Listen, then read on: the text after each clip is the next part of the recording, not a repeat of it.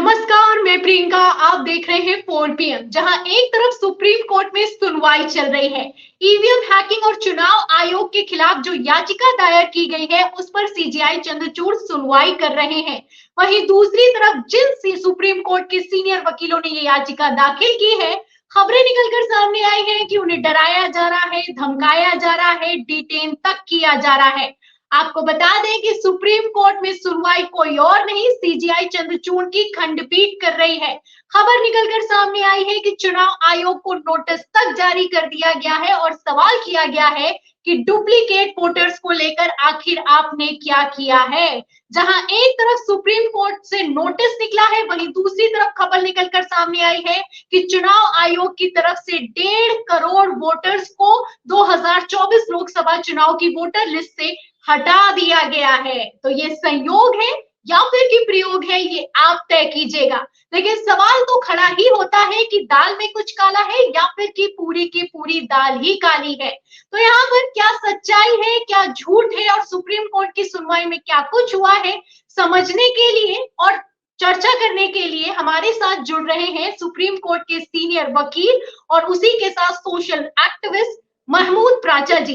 मैं उनका 4 PM पर स्वागत करती हूँ। समझने की कोशिश करते हैं कि याचिका पर सुनवाई है, क्या चल रहा है, क्या आगे का प्लान है। नमस्कार सर। नमस्कार नमस्कार। बड़ी बड़ी खबरें भी निकलकर सामने आ रही हैं कि सुनवाई चल रही है, सीजेआई चंद्रचूड़ की खंडपीठ सुनवाई कर रही है, नोटिस जारी कर दिया गया है, डुप्लीकेट वोटर्स को लेकर भी मुद्दा उठाया जा रहा है। क्या है पूरा मामला? देखिए, ये सुप्रीम कोर्ट हो या कोई भी और इंस्टीट्यूशन हो, हर इंस्टीट्यूशन आरएसएस और बीजेपी के लोगों ने दबाव में ले रखी है अपने। ये अब एक ऐसा सच हो गया है जिसको अब कुछ प्रत्यक्ष किम प्रमाणम जैसी बात हो गई है। अभी सुप्रीम कोर्ट ने चंडीगढ़ के जो मेयर साहब थे, उनके इलेक्शन के बारे में ऐसी ऐसी ओरल टिप्पणियां की हैं कि शायद उनका दिल भी एक तरीके से रो रहा होगा कि वो मजबूर हो गए, डेमोक्रेसी की हत्या हो रही है, मर्डर ऑफ डेमोक्रेसी, और इस तरीके के शब्द, सख्त शब्द चीफ जस्टिस ऑफ इंडिया को प्रयोग करने पड़ रहे हैं। तो उनके मन की पीड़ा दुनिया देख सकती है, लेकिन वो ऑर्डर कुछ पास नहीं कर पा रहे। फिर ये भी एक तथ्य है। तो हमें रीड बिटवीन द लाइंस करना बहुत जरूरी है। इसीलिए हम बार बार इस बात को कह रहे हैं कि इन सभी संस्थानों को मजबूती देने के लिए देश की जनता को पीसफुल प्रोटेस्ट के माध्यम से ये दिखाना पड़ेगा सभी संस्थानों को कि देश की जनता इनके साथ खड़ी है। किसी दबाव में आने की जरूरत नहीं है। जैसा 4 सुप्रीम कोर्ट के सिटिंग जजेस ने कहा था कि हमारे ऊपर दबाव है, जनता है, हमारी रक्षा करें। ये सबसे महत्वपूर्ण कार्य है जो इस वक्त देश की जनता को करना ही पड़ेगा। अगर दबाव बनाया जा रहा है क्या? दबाव बनाया जा रहा है क्या? डिटेन करने की कोशिश की जा रही है, डराया जा रहा है? जो ऊपर क्या हमारी क्या बिसात है? जब मैं आपको अभी बता रहा हूं, सुप्रीम कोर्ट के 4 सिटिंग जजेस प्रेस कॉन्फ्रेंस करके 2018 में ये बोल चुके हैं हमारे ऊपर दबाव है, जनता आए और हमें बचाए। तो हम लोग तो वकील है ना, वकील है, तो उनके ऊपर दबाव इसलिए बनाया जा रहा है क्योंकि हमने ईवीएम का एक ऐसा मुद्दा जनता के कहने पे ही उठा दिया है जिससे मोदी सरकार का झूठ, और जो मोदी सरकार की गारंटी है ना एक, कि वो कभी भी सच नहीं बोल सकते, झूठ ही झूठ बोलते हैं हमेशा, वो गारंटी को हमने जग जाहिर कर दिया है। इलेक्शन कमीशन को रंगे हाथों चोरी करते पकड़ लिया है। तो अब वो सफाई देते फिर रहे हैं गली गली, गांव गांव, कूचे कूचे जाके कि हमारी मशीनें अच्छी हैं, खराब नहीं है। तो ये जो हमने काम किया है, तो ऑब्वियसली हम पे दबाव आएगा ही। और हम इससे, और दूसरा जो डॉक्टर ऋतु का एक प्रोटेस्ट चल रहा है दिल्ली यूनिवर्सिटी में, उसमें हमने ये बात उजागर की है कि एसटी, ओबीसी और माइनॉरिटीज की नौकरियां हड़प कर, फर्जी दस्तावेज बना के, महिलाओं को मजबूर करके, अपनी इज्जत सम्मान से कॉम्प्रोमाइज करके नौकरियां दी जा रही हैं, पैसे लेके नौकरियां दी जा रही हैं। और जो ये नौकरियां दी जा रही हैं दिल्ली यूनिवर्सिटी और दूसरी जगह पे, वो टीचर्स पढ़ाने नहीं आ रहे। इस प्रकार का आप देख रहे हैं। चाइना, अभी सुब्रमण्यम स्वामी साहब ने कहा है 4,500 किलोमीटर चाइना जो है जगह हमारी छीन चुका है, और मोदी जी चाइना से डरते हैं। ये बात मैं नहीं कह रहा हूं, सुब्रमण्यम स्वामी जी कह रहे हैं। और आरएसएस और बीजेपी ने सुब्रमण्यम स्वामी साहब के खिलाफ ये बात बोलने के लिए, और उन्होंने मोदी जी को पता नहीं क्या क्या बोला है, जो किसी भी प्रधानमंत्री को इस्तीफा देने के लिए मजबूर कर सकता है अगर उसमें जमीर नाम की कोई भी चीज बाकी होगी। लेकिन ना सुब्रमण्यम स्वामी साहब के खिलाफ कोई एक्शन है, इसका मतलब वो सच बोल रहे हैं, और ना मोदी इस्तीफा मलिक दे ने भी खुलासे किए हैं, खुलासे तो सर कोई भी अगर जर्रा बराबर भी, जिसमें 56 नैनोमीटर भी इज्जत का कण बाकी होगा, वो भी इस्तीफा दे देगा। लेकिन वहां तो इज्जत शर्म की गुंजाइश ही नहीं है। तो अरे सर सदन में खड़े होके सर प्रधानमंत्री नरेंद्र मोदी ने कहा है कि लोकतंत्र की हत्या अगर कोई कर रहा है तो वो कांग्रेस कर रही है। आप हमें लोकतंत्र का पाठ पढ़ाएंगे। आप चाइना में घुसपैठ की अगर बात कर रहे हैं तो मैं ये ऐड करना चाहूंगी सर। मैं वही तो कह रहा हूं ना, इसीलिए मैंने कहा ना, वहां पे तो 56 नैनोमीटर भी शर्म और लिहाज और इज्जत और देश के संविधान के प्रति रिस्पेक्ट की गुंजाइश ही नहीं है। वहां तो सिर्फ एक ही गारंटी है कि मैं इतनी अच्छी तरीके से झूठ बोल सकता हूं और मेरे सारे जितने भी सहयोगी हैं ऐसे आंखों में घुस के झूठ बोल सकते हैं कि कोई विश्वास ना करे। अब देखिए, सुब्रमण्यम स्वामी जी की बात को 2 और 2 बराबर करते हैं, 2 और 2 4 होते हैं। मैं आपको बताता हूं कैसे। सुब्रमण्यम स्वामी जी ने कहा है कि अगर मैं ये बता दूंगा कि चाइना से मोदी जी क्यों डरते हैं तो देश में भूचाल आ जाएगा, हमारी पार्टी खत्म हो जाएगी, भारतीय जनता पार्टी। अब सुब्रमण्यम स्वामी साहब देश को पार्टी से शायद नीचे रखते हैं, हम लोग तो नहीं रखते। हम लोग सबसे ऊपर देश को रखते हैं, देश की इज्जत को, देश की मजबूती को ऊपर रखते हैं। तो हम ये कयास आराम से लगा सकते हैं कि ये जो अभी ये पेटीएम का जो चक्कर खुला है ना अभी, ये मोदी जी ने ये खुद करवाया है। क्योंकि हमारा ऐसा अंदाजा है, क्योंकि वो अपने जो उनके कारनामे थे, ये उन्होंने पेटीएम को, कोई भी प्रधानमंत्री इस हद तक जाकर किसी एक कंपनी को सपोर्ट नहीं कर सकता। जो आपदा में अवसर ढूंढने का काम मोदी जी ने कराया है, डिमोनेटाइजेशन के बाद, और खासतौर पे कोरोना, मैं अपनी बात खत्म कर लूं जरा। कोरोना वायरस के टाइम पे जब लोगों में हाहाकार मचा हुआ था, तब वो पेटीएम उनकी शक्ल दिखा के, देश की प्रधानमंत्री की शक्ल दिखा के फ्रंट पेज पे पेटीएम अपना प्रोडक्ट बेच रहा था।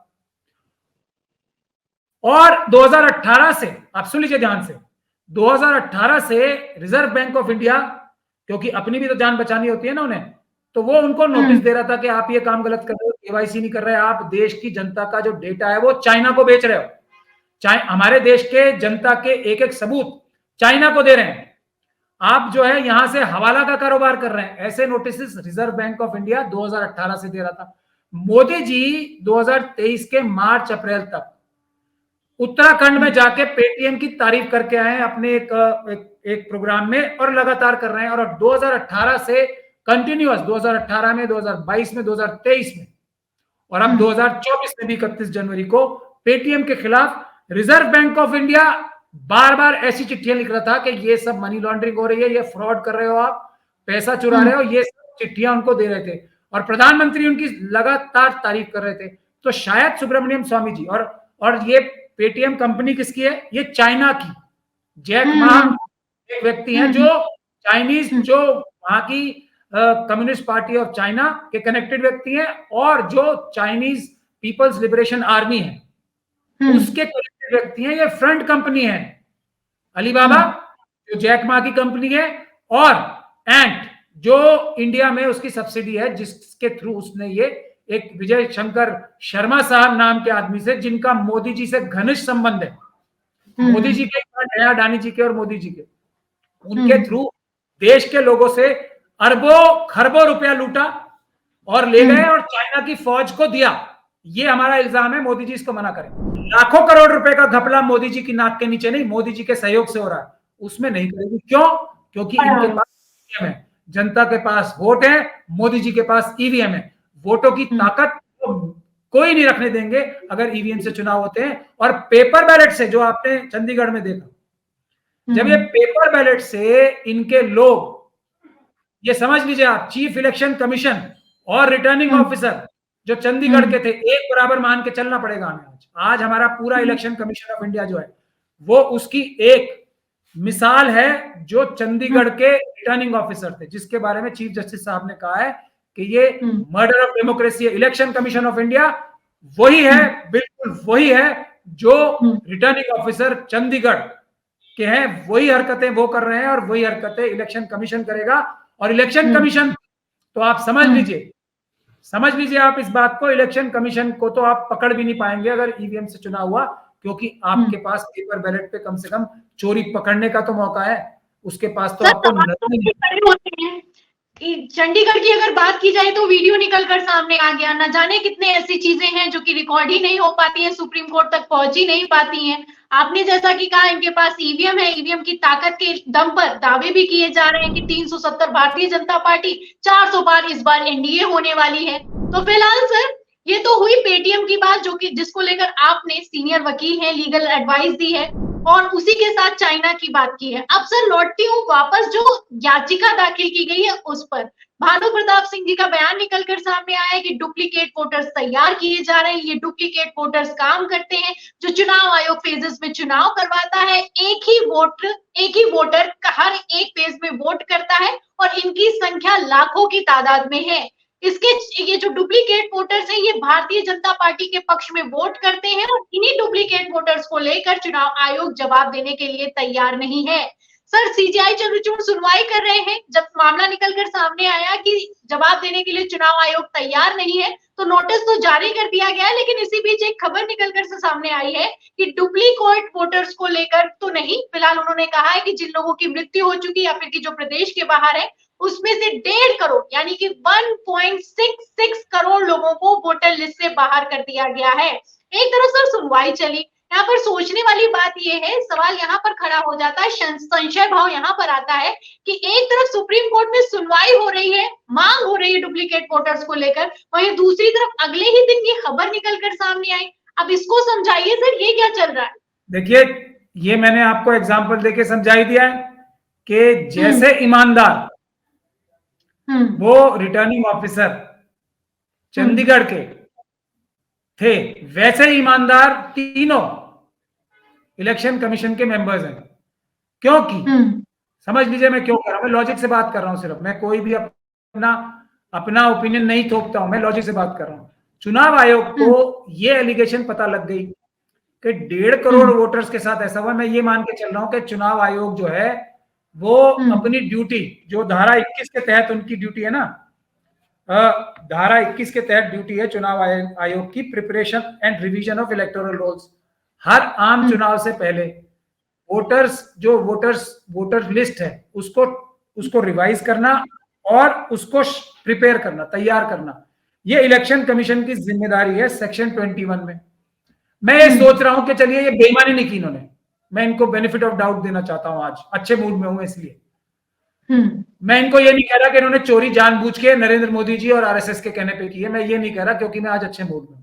अगर ये इतने बड़े लापरवाह इलेक्शन कमीशन थे, इतने बड़े सोए हुए इलेक्शन कमीशन थे, तो अब तो इनको पता लग गया ना, अब तो पता लग गया, कोर्ट में केस भी है। तो धारा 21 ये कहती है ये चुनाव आयोग की जिम्मेदारी है, हर एक जो स्टेट का चीफ इलेक्टोरल ऑफिसर होता है उसकी जिम्मेदारी होती है कि वो प्रिपरेशन करे और ठीक करे। अगर इनको, चलिए ये सो रहे थे सब, मतलब ये नाकारा लोग है ना, यही मान लेते हैं हम, इनको बेनिफिट ऑफ डाउट देते हैं। यही प्रताप सिंह का भी कहना है कि ये लोग निकम्मे हैं, और सबसे बड़ी बात ये है कि सवाल किया गया कि आप बताइए डुप्लीकेट वोटर्स को लेकर आपने क्या किया है, तो चुनाव आयोग से जवाब देते क्यों नहीं बना सुप्रीम कोर्ट में, ये सवाल भी अपने आप में अहम है। मैं भानु प्रताप जी से आगे बढ़ के बात कह रहा हूं, मैं ये कह रहा हूं, मेरा तो मानना ये है कि ये लोग चोर हैं, बेईमान हैं, आरएसएस और मोदी जी के कहने पे उनके पन्ना प्रमुखों को प्रयोग करके ये काम, जो शेड्यूल कास्ट कम्युनिटी के, शेड्यूल ट्राइब कम्युनिटी के, ओबीसी कम्युनिटी के और माइनॉरिटीज के सबके वोट कटवाते हैं। ये मेरा तो ये कहना सीधा सीधा, मैंने आपसे कहा था कि मेरा मूड आज अच्छा है, तो मैं ये कह रहा हूं चलिए इन्होंने चोरी और बेईमानी नहीं की, हम मान के चलते हैं लापरवाह हैं, तो अगर ये लापरवाह भी हैं, अपनी ड्यूटी धारा 21 रिप्रेजेंटेशन ऑफ पीपल्स एक्ट के तहत नहीं निभाई, इन्होंने ठीक से नहीं निभाई, तो अभी तो इनके पास धारा 23 में प्रोविजन है ना ये अब भी नहीं कर रहे उसे, इसलिए हमारा ये शक नहीं, इल्जाम है, पुख्ता इल्जाम है कि ये सो नहीं रहे थे। ये जानबूझ के इलेक्शन कमीशन ने और चीफ इलेक्टोरल ऑफिसर्स ने स्टेट्स के ये काम किया है। तब ये बात कंफर्म हो जाती है कि ये सो नहीं रहे थे, लापरवाह नहीं थे, नेग्लिजेंट नहीं थे, इनकॉम्पिटेंट नहीं थे, ये बेईमान और चोर हैं। सर सवाल तो कई खड़े होते हैं, करने पर आए तो कुछ भी किया जा सकता है, लेकिन जैसा कि आपका कहना है कि चुनाव आयोग करना नहीं चाहता है इसलिए नहीं हो पा रहा है। प्रावधान तो कई हैं, लीगल एडवाइस भी ली जा रही है और उसी के साथ याचिका भी पहुंची है, सुनवाई भी चल रही है, चुनाव आयोग फंस भी रहा है, खबरें भी निकल कर सामने आ रही है, एक्शन भी आ रहा है, सुप्रीम कोर्ट चुनाव जी सर, सुप्रीम कोर्ट से उस वक्त तक उम्मीद करना जब तक लाखों लोग, अभी कल प्रशांत भूषण साहब से भी हमारी बात हो रही है। प्रशांत भूषण साहब ने अभी हमें इनवाइट किया है, एक हम मीटिंग कर रहे हैं कि हम सुप्रीम कोर्ट के बाहर जाके प्रदर्शन करेंगे, लॉयर्स भी और सोशल एक्टिविस्ट भी, उसकी बड़े प्रदर्शन की तैयारी हो रही है। उसमें हम ये कहेंगे 25 फरवरी को आप लोग पीएम आवास का घेराव करने वाले हैं? वो हम ईवीएम के खिलाफ, क्योंकि प्रधानमंत्री जी ही सूत्रधार है ना ईवीएम का प्रयोग करके, प्रधानमंत्री तो वही बनना चाहते हैं, ईवीएम के प्रधानमंत्री, इसलिए वो 25 तारीख का ऐलान है हमारा, उसके लिए भी हम तैयारी कर रहे हैं, देश भर से लोग आएंगे। लेकिन सुप्रीम कोर्ट के साथ सॉलिडेरिटी दिखाने के लिए हम चाहते हैं कि बड़ी संख्या में लोग सुप्रीम कोर्ट के बाहर आके खड़े हों और ये कहें कि सुप्रीम कोर्ट तुम न्याय करो, हम तुम्हारे साथ हैं, हम किसी आरएसएस किसी बीजेपी को आपके ऊपर नहीं डालेंगे। एक सवाल सर करना चाहूंगी कि सुप्रीम कोर्ट का भी घेराव करने के लिए आप लोग बड़े रोक दिए गए, डिटेन हुए, आप लोगों ने जंतर मंतर पर भी पहुंचे तब भी डिटेन कर दिए गए। अब पीएम आवास का घेराव करने का जो आप लोगों ने ऐलान किया है 25 फरवरी को, कर भी पाएंगे सर? क्योंकि दिल्ली में पीएम आवास का घेराव हो जाए ये अपने आप में कोई छोटी बात नहीं है। ईवीएम के खिलाफ आपने आंदोलन शुरू किया है, आप कह रहे हैं कि देशव्यापी आंदोलन है, लेकिन इस देशव्यापी आंदोलन में दिल्ली में लोग जुट जाएं ये भी कोई बड़ी बात नहीं है। देखिए कल डॉक्टर रितु का दिल्ली यूनिवर्सिटी में प्रोटेस्ट था, अमित शाह साहब ने खुद मॉनिटर करके हजारों पुलिस के कर्मचारी लगाए, सुबह से लोग आने शुरू हो गए थे, बॉर्डर्स पे उन्होंने पंजाब से लोगों को रोका, सिंगू बॉर्डर पे, और जो निरंकारी सारी फौजा आ रही थी, गुरुओं की फौजा तो जी प्यारी फौजा, उनको सब फौजों को रोका उन्होंने, जो निहंग लोग आ रहे थे, जो पंजाब से हजारों लोग आ रहे थे, उनको बॉर्डर से वापस किया। उसके बाद पूरी दिल्ली को और खास तौर पे दिल्ली यूनिवर्सिटी को छावनी बना दिया, लेकिन फिर भी सैकड़ों नहीं हजारों लोगों को हमारे सुबह से ही बसों में बिठा के दूर दूर के थानों में और दूर दूर जगह छोड़ के आए, लेकिन हजारों लोग चल चल के बार बार वापस आए और रात को 10 बजे तक दिल्ली यूनिवर्सिटी में शुरू से लेकर शाम तक कितना लंबा प्रदर्शन चला, कितना पीसफुल चला। अब ये तो जनता के ऊपर है ना, कितना वो इस बात को, जो उनका ही काम है ईवीएम को हटाने के लिए, कितनी तादाद में प्राइम मिनिस्टर साहब का घेराव करने आएंगे, क्योंकि प्रधानमंत्री हम सबके नौकर हैं और वो ठीक काम नहीं कर रहे हैं, तो हमारा काम है अपने नौकर से ठीक काम कराना। तो अब देखते हैं कितने मालिक आएंगे नौकर से ठीक काम कराने, प्रधानमंत्री जी से और अमित शाह जी से कितने लोग आएंगे। हम डॉक्टर रितु का प्रोटेस्ट के लिए भी हम अब अमित शाह जी का घेराव करने का ऐलान करने वाले। बड़ी बात। चलिए सर, बहुत बहुत शुक्रिया सर, जो भी जानकारी आपने हमें दी है। तो ये थे हमारे साथ महमूद राजा जी, जिन्होंने हमें पूरा अपडेट किया है कि उनका आगे का प्लान क्या है, वो क्या करने वाले हैं और आखिर क्या चल रहा है। पेटीएम को लेकर भी प्रधानमंत्री नरेंद्र मोदी की इन्वॉल्वमेंट को लेकर खुलासा किया है। आरोप लगाए गए हैं कि चुनाव आयोग किस तरीके से करोड़ों के वोटों की धांधली कर रहा है, डुप्लीकेसी कर रहा है, उसके खिलाफ भी याचिका है, उस पर भी सुनवाई चल रही है। और उसी के साथ सबसे बड़ी बात ये निकलकर सामने आई है कि अगला स्टेप जो ये आंदोलन लेने वाला है, ईवीएम के खिलाफ जो आंदोलन चल रहा है, उसमें सबसे बड़ा स्टेप ये होने वाला है कि 25 फरवरी को प्रधानमंत्री नरेंद्र मोदी के आवास के घेराव की तैयारी है। पिछली बार हमने आपको तस्वीरें दिखाई कि किस तरीके से हजारों की संख्या में लोग निकलकर सामने आए, और अब एक बार फिर से 25 फरवरी को दिल्ली में ईवीएम बैन करने को लेकर कुछ बड़ा करने की तैयारी है। तो फिलहाल इस पूरी खबर पर, इस पूरी चर्चा पर आपकी क्या राय है, आप क्या सोचते हैं, हमें कमेंट बॉक्स में जरूर लिखें। वीडियो को ज्यादा से ज्यादा शेयर करें ताकि सच्चाई दूसरों तक पहुंच सके। हमारे चैनल को लाइक करें, शेयर करें, ज्वाइन करें फिर मिलती हूँ अगली खबर के साथ, तब तक के लिए धन्यवाद।